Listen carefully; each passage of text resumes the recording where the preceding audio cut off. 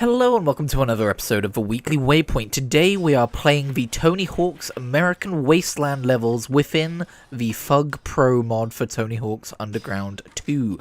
If that sounds weird to you that we are playing levels from a game that is in the next entry in the series as a mod to a previous game, that's Fug Pro for you. There's some Project 8 levels in here too. We're not doing Project 8 next week, by the way. Sorry for anyone who got their hopes up about Project 8. The reason we're playing the Fug Pro mod instead of Tony Hawk's American Wasteland itself is because it is yet another in this series of games in which it seems you have to play through the game in order to unlock the cheat codes, which I would rather just be able to use from the start to unlock all the levels so that I can play through them all. That's why we're playing this instead. So if you're wondering, hey, why does the UI look different? Hey, how are you skating as Doom Guy in American Wasteland? Because I'm pretty sure that's not a secret skater for that game. Yeah, that's how. I did have a look through the secret skater unlock list for this game, and it didn't seem like they were available within this mod. So maybe in a future version of this mod, they will add those in. But yeah, I compared footage of the original game compared to this one, and it does seem like it's a straight port of a level, as in like everything is in the same location, all the textures look the same, all the objects look the same. Like, I don't think this was recreated in this game. I think it was literally backported into it, so for all intents and purposes, it's pretty much the same game. I can't remember off the top of my head if American Wasteland had any particular physics quirks of its own, but yeah. Speaking of physics, this is an interesting recording session. We do get some interesting physics moments, one in specific which you will surely notice when it happens. If you didn't catch last week's video, we took a quick break to celebrate the 7-year anniversary of the Weekly Waypoint to go and check out Dave Mirra's Freestyle BMX 2, which is the extreme action sports game I started out with before I ever played Tony Hawk. Tony Hawks? Ever played Tony Hawk's?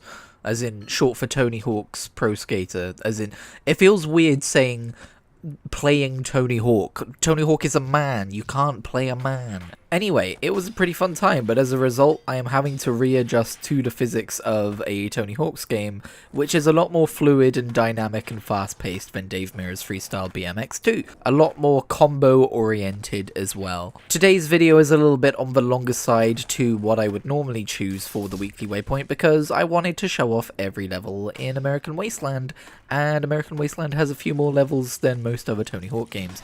In fact, there's just a different vibe about American Wasteland in general. I can't put my finger on it.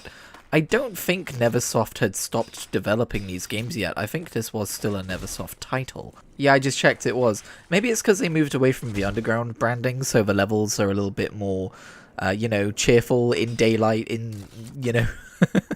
I don't know. I really can't put my finger on it. But there are more of them, so we're nearing half an hour and it's not even an anniversary special.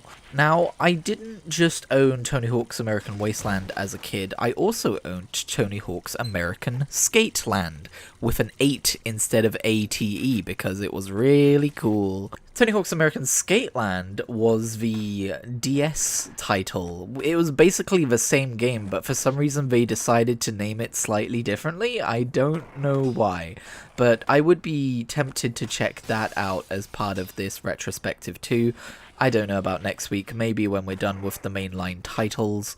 That one might also face the issue of not having a quick way to unlock all the levels, I don't know. But I do remember enjoying my time with it. I also swear there was a PSP version of American Wasteland. Huh, apparently not. That's really weird. I might have Mandela affected myself on that one. I mean, I don't know how you can individually Mandela affect yourself. That's not really how that works, but whatever. But yeah, for anyone wondering, my general plan is next week we're going to jump into the Tony Hawk's Pro Skater 1 and 2 remake, and we'll do all of Pro Skater 1 levels, and then the week after we'll do all the Pro Skater 2 levels. I've done this before in the series, but, you know, I think it would be a good way to cap off the retrospective as, like, an official thing. I don't know. But enough about virtual depictions of highly evolved monkeys trying to balance on a plank of wood with wheels attached to it. Let's talk about what I've been playing this week, because I'm definitely at that phase in my gaming life where I'm kind of playing a whole bunch of different things. Last week I talked about picking up Last Epoch and getting into that and really enjoying it, and to my shame I have spent hardly any time with that game since. I do intend to, it's just that I have a lot of games vying for my time right now. One of those games, and to be fair, one of the reasons I keep choosing this game over all the others, is Minecraft, because me and my friends, as you may have seen from my latest edited video, are currently playing on a realm together, and when people are online, I just kind of tend to prioritize that because it's more fun to play when people are online. Therefore, there have been multiple times this week when I have been like, I guess I'll give this game some time. Oh wait, hang on a minute. There's Minecraft happening. I'm about for Minecraft. However, I did take note of the Golden Week sales that Square Enix were doing on Steam this week, and I had a look through their JRPG catalog because I felt like a JRPG. No, I still have not played Clair Obscura. I will, I promise. But I was like, hey, I could pick up a JRPG. That could be fun. Let's have a look at that. And so I rifled through them. I was sorely tempted. We could talk about this. Every time there is a Square Enix RPG sale, I am sorely tempted every time by Octopath Traveler 1 and 2. And the reason why that's weird, and the reason why I'm bringing that up, is because I kind of have no reason to get those games because they're available on Game Pass and have been available on Game Pass for a little while. I've played maybe 5 or 6 hours of both of those games on Game Pass and could at any point just load up those games and continue my save file on those at no additional cost. But the reason why I continually find myself tempted by Octopath Traveler 1 and 2 on Steam is because when it comes to RPGs, I mean, if you are a returning viewer of the Weekly Waypoint, you are surely aware of my inability to finish games in a timely manner, especially RPGs or narrative-driven games. I will play between 5 and 30 hours of them and then get distracted by something else and then return to them months or even years later. And when I'm playing a game like that on Game Pass, there is absolutely no guarantee that it will be available later on the service, and I don't feel like being locked into the Xbox digital store for, you know, wanting to continue my save, basically. Like, I want to own my RPGs, I think. I'm perfectly fine with Game Pass for, like, live service games, multiplayer games, other stuff that comes to the service. But when it comes to RPGs specifically, I feel like I want to own my RPGs. Or at least own insofar as you are able to own a digital product on Steam. I know. The main thing is just not having an arbitrary time limit associated with my playthrough that I'm unaware of the actual expiration date of. I know, of course, if I just took that out of my brain, ignored it, and just played the game, I would probably be fine, but you know, there's plenty of RPGs I've played on Game Pass that I feel like I would have invested more of my time into if I didn't have that nagging feeling in the back of my head that I was renting the game. Game Pass doesn't feel like renting games unless it's RPGs in my brain. You know, like Trials of Mana, I was really enjoying playing through that, but I just could not shake the feeling that I was borrowing this game. So anyway, all this to say, I did not buy Octopath Traveler 1 and 2, although I am still tempted to pick up one of them. I do still have the funds. And I know 2 is a superior game and they're not connected by linearity in any narrative sense, but I probably would want to pick up and play through 1 first because I know it's still a good game. But I did not do that. I instead did something what I thought was a little clever. Yes, I've been a clever boy. This is far too much leading into it. I bought, not Various Daylife, why was I going to say Various Daylife? I bought Triangle Strategy. I've never really played an SRPG, a strategy RPG. For those of you not aware, think Final Fantasy Tactics or Disgaea. The closest I've come is I've played a little bit of Mercenary Saga Chronicles. It was one of the first Switch games I bought, was that trilogy. I don't know why, it just stood out to me, it looked cool. Or I guess you could count Fire Emblem. I've also dabbled with Fire Emblem Awakening and Fire Emblem on NSO, like the GBA title. I don't know how that happened, I phased through the floor. And I do still really want to get into a Fire Emblem game properly at some point in my life, by the way. I love the premise of SRPGs as a genre. Like, the idea of having this grand-scale epic fantasy narrative in which you control armies, that really appeals to me. And so I thought, you know, Triangle Strategy, not only is it, you know, it's not Octopath Traveler 3, don't get me wrong, they're very different IP, I guess. But, you know, it's made by the same devs, it's got a similar aesthetic. It's a new experience for me, and not just in terms of game, but also genre, because I'm always tempted to buy new JRPGs when they go on sale, but I have a great big back catalogue of them at any time for me to go and dip into. Usually I've played a few hours of them at least, but I could go continue Dragon Quest III HD 2D, or Dragon Quest XI, or Live Alive, or Final Fantasy IV, or Final Fantasy X, or Final Fantasy XII, you know, it goes on. So I opted for a different genre of game instead. And I'm so sorry, because I've just spent so long talking about this game, Triangle Strategy. I've done the first battle. I've done the first battle, and that's it. I promise I will play more. I don't actually have all that much to say about the game yet, other than it looks cute. I like how much story there is. That was one of the main things in user reviews. I saw people being like, just a warning everyone, this is a really story heavy game. There are a lot of cutscenes and voice acting and plot intrigue, and it's good, I guess. I've seen most people just saying it's good, and honestly that's what I wanted out of this game. But yeah, my main issue with the game so far is it's just one of those games that's hard to kind of put down. Like, it seems to be okay in terms of letting you save mostly anywhere, but just because there are so many long cutscenes, it feels like an investment whenever you're picking it up to play it, and I can see that putting me off. Honestly, thinking back, that might be a genre problem in general. But yes, I'll play more Triangle Strategy. I'll have to find a time though, because unfortunately I've been sucked back into Blizzard games, of all things. If you can believe it, me, lifelong Blizzard gamer, kind of, not really. Kind of lifelong, lifelong Blizzard gamer, I guess. That's too many qualifiers, that doesn't work. I am playing 2 current Blizzard live service games, the first of which is World of Warcraft. You might be thinking, Christian, we know you're playing World of Warcraft, you've talked about it. No, not Classicalism? I've done this before, haven't I? Not Cataclysm Classic this time, but retail itself. I decided, you know, I was slowing down on my enjoyment of Cataclysm, and I thought, well, while I've got this subscription, I might as well download retail. I've got the hard drive space, or the external SSD space if you want to be specific. So yeah, I loaded that up, I gave it a go. I have not played since 11.0.7, which was the anniversary patch, and yeah, can you believe it, the FOMO mechanics of that patch drove me away from the game. Shocker. But also, just as I've mentioned before, the concept of the Undermine patch is just completely lost on me. I do not give 2 shits about goblins or what they're doing in their little underground zone. It's just not for me. Like, it is so vehemently not for me. But like I've also mentioned in recent weekly waypoints, one of the reasons I've been resubbing to MMOs these days isn't to check out their new content, but to just do what I love doing already in the game, leveling through things I've already leveled through before on new characters and so on and such forth. And they're currently doing an event where you get 20% extra XP when leveling characters, which doesn't sound like a whole lot, but when you're leveling from level 70 to 80, it is a nice little boost, and you also get random loot drops, some of which are potions, which give you an additional 10% XP, so it's more like 30%.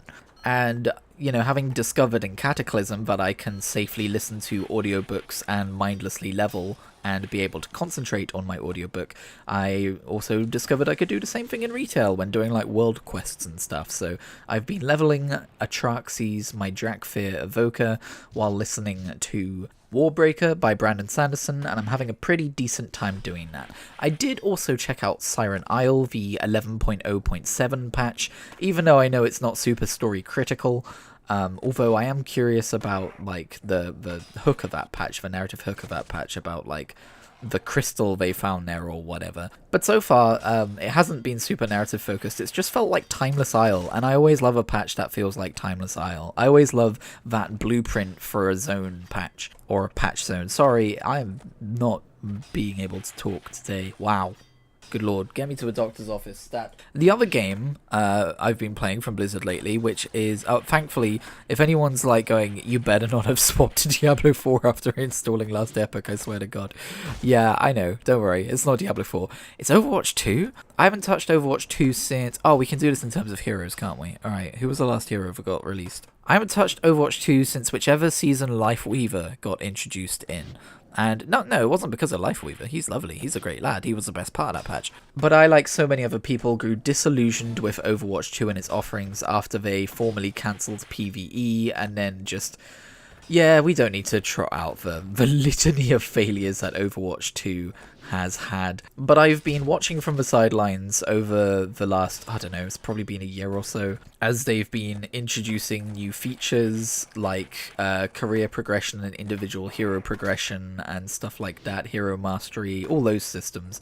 I watched them reintroduce loot boxes as a mostly non-microtransaction thing. You do technically get some from the premium battle pass, but mostly it's just like play a certain amount of games a week and we give you loot boxes, which fixes a lot of the problems I had with Overwatch 2 in terms of being able to acquire cosmetics in an interesting and reasonable way, like you could in the first game, for free that is. And yeah, just in general, I've been watching them add these improvements, and I don't know, Reese was like, yeah, I'm going to download it and check out the new season when they added Stadium. I didn't really know what Stadium was. I didn't really give a shit, but I was like, eh.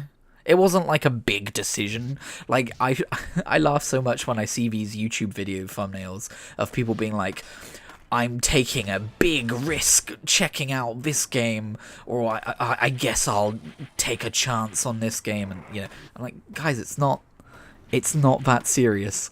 You can just choose to install a video game and try it out. Obviously, not all video games are free to play, but you know what I mean, right? Reinstalling Overwatch 2 was not that big of a deal. I just thought, yeah, why not? I'll check it out. And yeah, it's good now. Overwatch 2 is good now, I guess. Shock horror. Are we allowed to do that as gamers? Are we allowed to evolve our opinions on a game as the game itself evolves? It does not have the PvE mode that was promised. If I'm being honest, I don't know if I ever really cared about the PvE mode. It was more it was more the principle of a matter that annoyed me. But my favourite thing they've done with just the base game mode in general of Overwatch is they've added these little perks. I think they're called perks. There are so many little systems in different game modes, I forget the proper nomenclature. But basically, at kind of midpoints of games, you get to choose a perk which will change your character in either one direction or another. And then a second time round, it will happen again, and it will be like a bigger type of perk that will change your character a little bit more drastically in one direction or another. And when I did hear that they were adding a system like this, I was at first very concerned, because that sounded like they were adding the kind of complexity that MOBAs have that I don't enjoy. I'm not a MOBA guy. Like, people were like, oh, they added like the MOBA shop, and I was like, please no, don't do that to MOBA. But actually, it's really good. It adds so much dynamism. Dynamism, is that a word? It is. Anyway, it makes the game more dynamic because you can be playing a character and you don't necessarily have to counter swap to, you know, be able to continue enjoying that character. You can just build them slightly differently, and the choices aren't too involved, and it's not like a branching path or anything. It's just one choice of two and then a second choice of two. I think it's perfect the way it is. There is also Stadium, which I've played a little bit of, but not a lot yet, where games are longer and you do have full-on like talent trees to choose from. Luckily, they do give you like preset talent trees if you want to not think about things too much yet, and as someone who is not at the top level of competitive play, I doubt I will ever be the kind of person who has their own kind of customized talent trees that they go for with certain characters. But yeah, you basically at the start of rounds, you have some money that you've earned from killing people lots, and you can spend that on various perks of various levels and change the way your character plays more drastically than in the base Overwatch game mode, where you can change perks and stuff. So yeah, if you haven't caught up with Overwatch 2 in a little while, I would say now is a pretty good time to check it out. They've been mixing things up in a fun and interesting way. You no longer have to pay for new heroes. I'm not sure when they changed that, but that is long overdue. And I actually picked up the battle pass, and I'm having a good time with it. Overwatch 2, like, for actual raw gameplay of matches, has never really been bad. It's always been fun, in my opinion. It was just a lot of the stuff surrounding the game that really bummed me out and kind of put me away from it.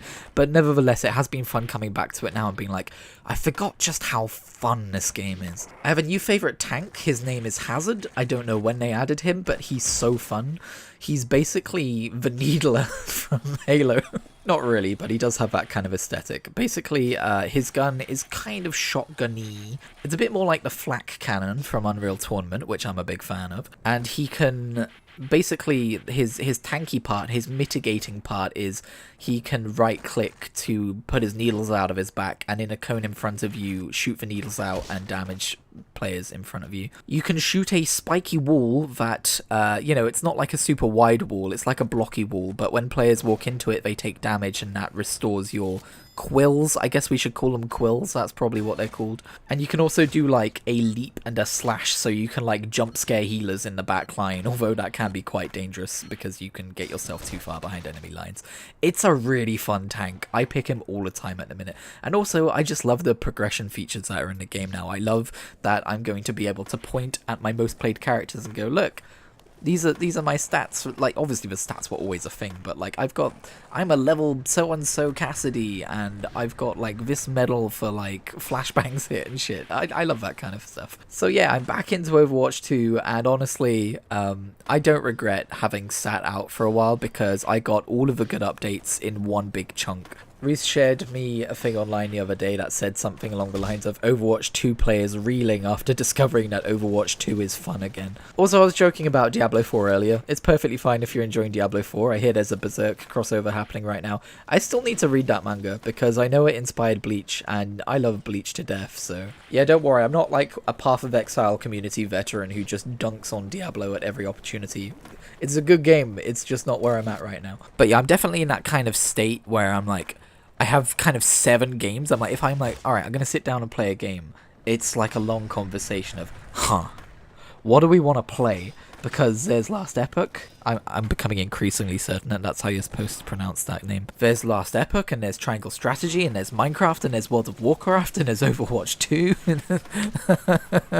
I haven't played Oblivion Remastered in days. I am dying to play Oblivion Remastered. I'm being pulled in so many different directions. The worst part is the shopping side of me is not yet sated. I still want to pick up a nice game on sale. I might return to the Square Enix sales. Like I said, I'm really tempted by Octopath Traveler.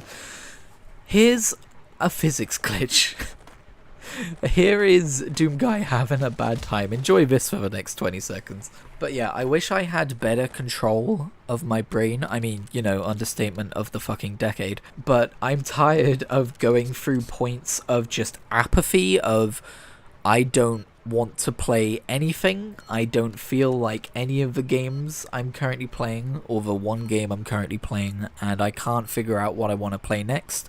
That is one extreme, and then the other extreme is what I'm going through right now, which is I want to play 7 games all at once, and I can't focus on any of the games I'm playing, because whenever I'm playing one of them, I'm going, but maybe I should be spending my free time playing the other one, because otherwise I won't have time to play it. One game I've been playing lately is the lottery, and if I win that, maybe I'll be able to afford private healthcare to get an ADHD diagnosis within my lifetime. That was a joke, by the way. You should not play the lottery as an aim to solve your life problems. I didn't play it though, so hey, maybe the budget for this show will go up. 1 in a million chance, or probably more than that. I've always had a bit of a contrarian stubbornness about the lottery, if I'm being honest, about the national lottery, because I don't think it's a bad thing for people to play or anything, but whenever I hear, oh, you've got to be in it to win it, and all that shit, my brain just immediately turns on like, I will not be another sheep in the herd mentality, and all that does is not get me chances to win the lottery, done it. So I've been trying to swallow my pride a bit, because it is fun. It is fun to just have that little thing in your wallet, if you still play it physically like I do, because I'm an old man, and go, hey, you know, this time next week, who knows, I could be in Fiji. I don't know anything about Fiji, I'm just channeling my inner Anna. God, I've missed playing Anna, she's such a fun healer. My second healer had to leave Stadium the other day, and we actually still won a round with me solo healing, and I was just like... It was really fun and stressful and fun. Anna, okay, should we talk Overwatch for a bit? Anna and Baptiste are my chosen healers. I love Anna and I love Baptiste. In terms of DPS, I'm a Cassidy boy through and through.